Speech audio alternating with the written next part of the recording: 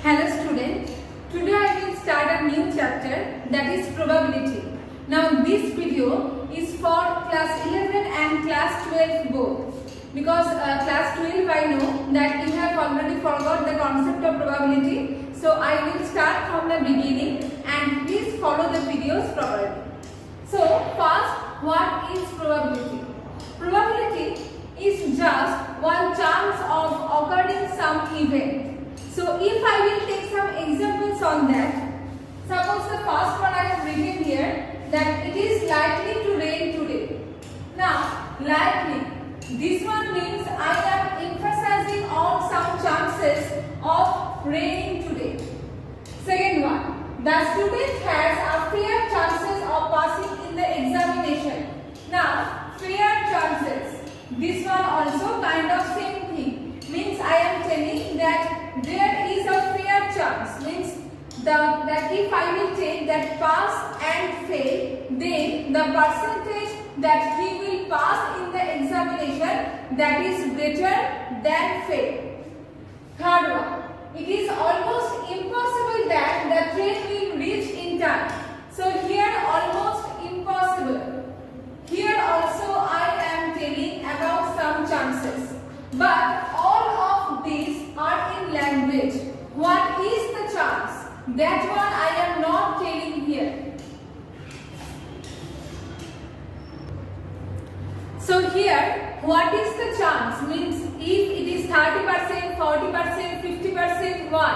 That one I am not mentioning here. I am just mentioning the terms here that likely or fair chances or almost impossible. So these types of terms, yes, it is mentioning some chances here. But how will I find the degree of the measurement? Means how will I find that what is the chances accurately?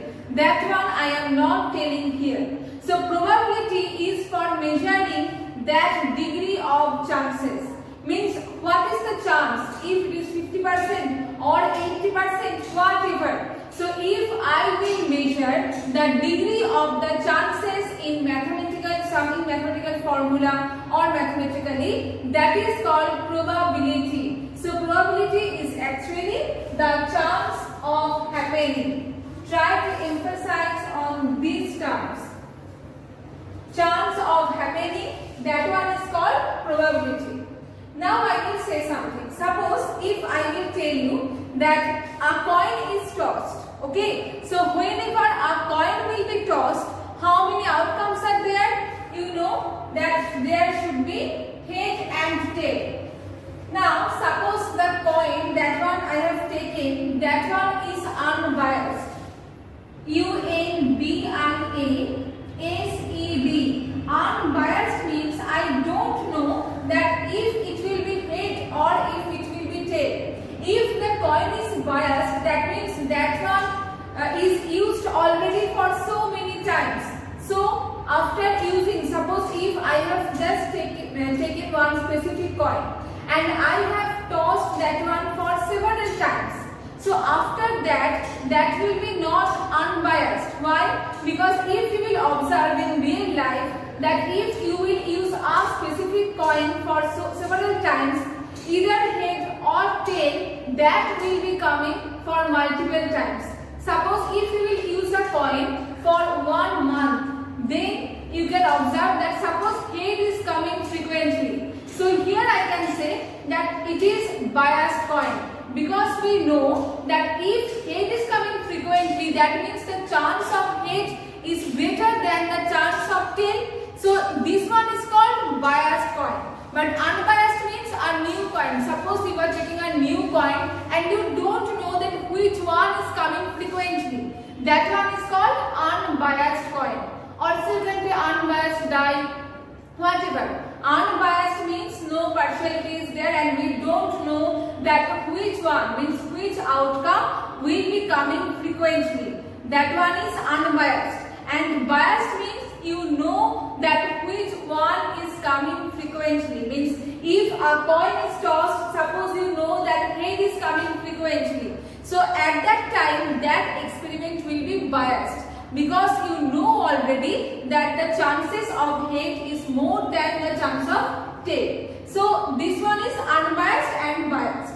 So if a coin is tossed, suppose it is unbiased, that means you don't know that which one will come, head or tail. So if I will ask you that what is the chance of getting head, what will you say? 50%. Why? Because two outcomes are there, head and tail. You don't know that which one will come. So I will take 50%, and 50% means what?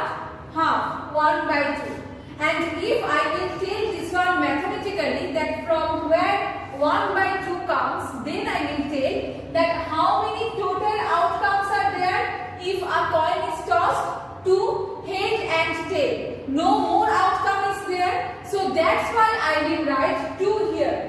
Means 2 outcomes. So total number of outcomes will be 2. And if I will take any one out of them, suppose if I will take what is the chance of getting head. So head, that one is favorable outcome. I am taking that one. So for that it is 1. Okay, I am telling once more. Head and tail, 2 outcomes are there total, because we don't know that which one will be coming, head or tail. So in the denominator portion I am writing total number of outcomes. That one is 2. And here I am asking you what is the chance of getting head. So I am asking about head. That means head is 1 outcome. So 1 by 2. That one also we can say 50%. Now if I will ask you, suppose one coin is tossed. Okay. And after that, suppose here one coin is tossed. That means you know that head or tail, any one out of them will be coming. If I will ask you that both will be head, I am defining one event here that one coin is tossed, but I am asking you that both will be head. Is it possible? No, because I am tossing it once.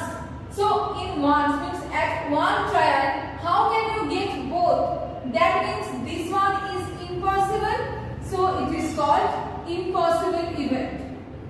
It is called impossible event. Why? Because we can't get that both will be head. Both means what? If I will just toss one coin once, I am getting head or tail. So there is no question of both here. But if I will ask you that one, that means it is impossible.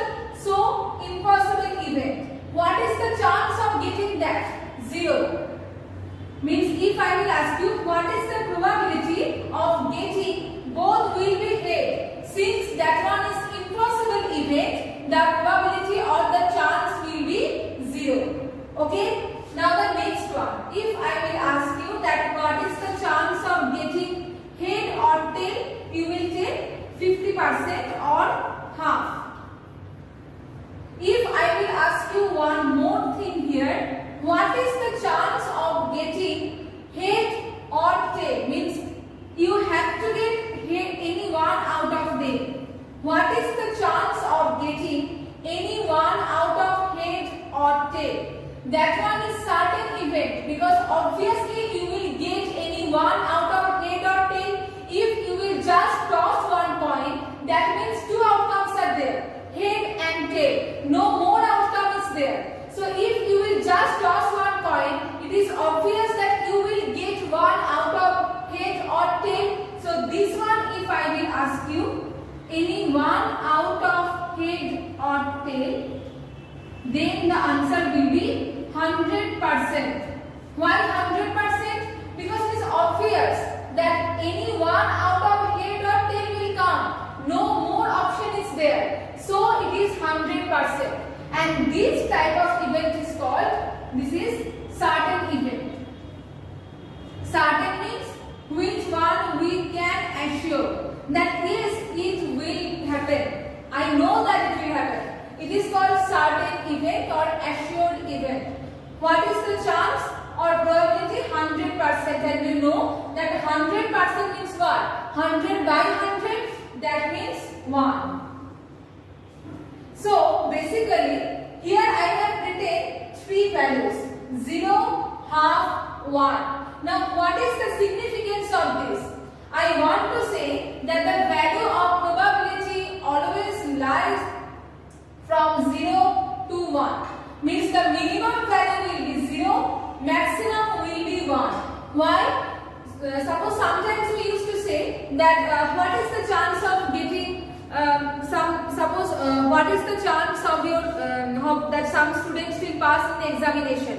So we used to say 200%, 300%. But mathematically it is error, because 100% is the maximum. That means 1. So the values of probability starts from 0 and ends up to 1. From 0 to 1 means 0, after that so many fractions are there. It may be in fractional term, but 0 to 1. This is the range. Try to memorize, because less than 0 and greater than 1, if some answer will come, then the sum is definitely wrong. Okay, so the minimum value will be 0, because 0% means impossible event. So it starts from here. Then the maximum will be 1. Why? Because the chance is 100%, or the event is called certain event. So this is the range of the probability. Means finding some chance. Probability always, what does it mean? It means the finding